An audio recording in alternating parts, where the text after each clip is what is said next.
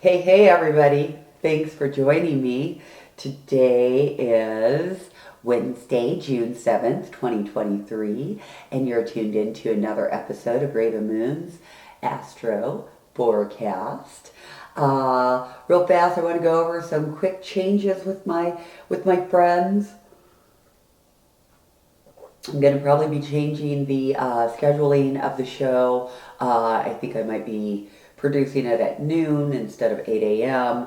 I usually record very early in the morning, and there are now some other opportunities that I want to take advantage of at the crack of dawn that might be more lucrative. So with that, I have to consider some schedule changes. So I think that means that the show will be still coming out most weekdays, but might be coming out like around 10 a.m. or noon o'clock, or I don't know yet. We will find out, and one of these days I will actually set myself up to pre-recording, but not today, not even this week. Also, with that said, I'm going to be going camping, going to a little festival this weekend. So I'm very excited about that, but I have a lot of prep work to do in terms of getting ready. So I think this will be the last show for this week. And then I will be joining you bright and bushy, probably Tuesday the 13th. I will reserve Monday for recuperation and just getting my head and my life back together, if you will. So, with that, let's get back to the planets. Let's do a quick planetary roundup of our inner planets.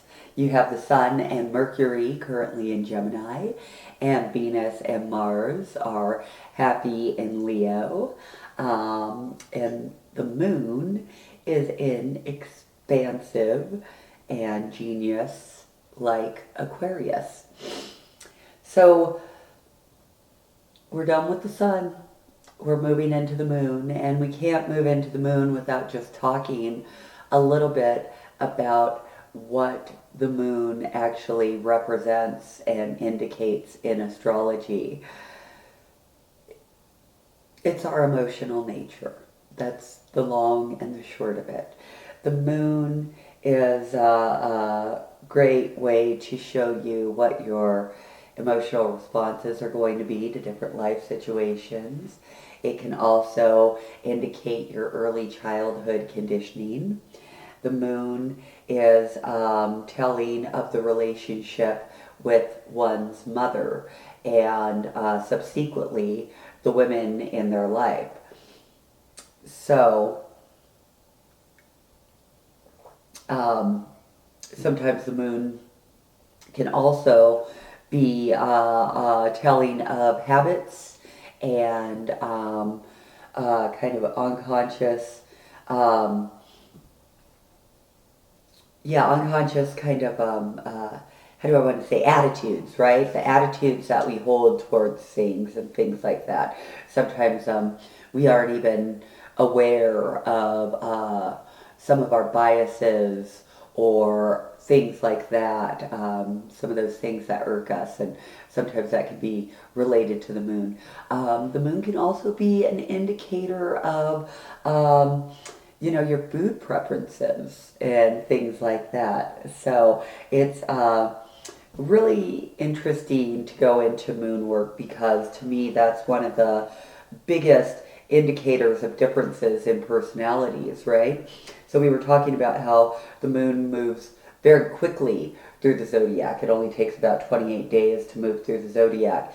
And that means that it's only in one sign for a day to 2 days. So that's how you can have someone born in the same month, but still be radically different from the other person, right? So again, the ascendant, where it changes every few hours, and the moon, where it changes every few days.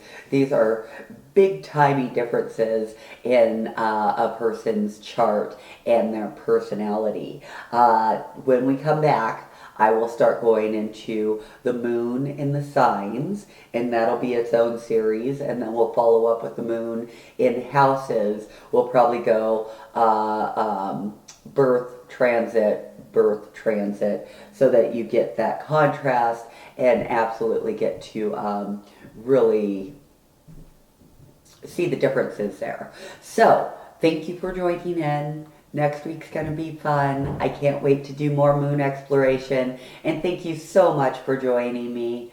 Have a great day and harness the energy of the stars.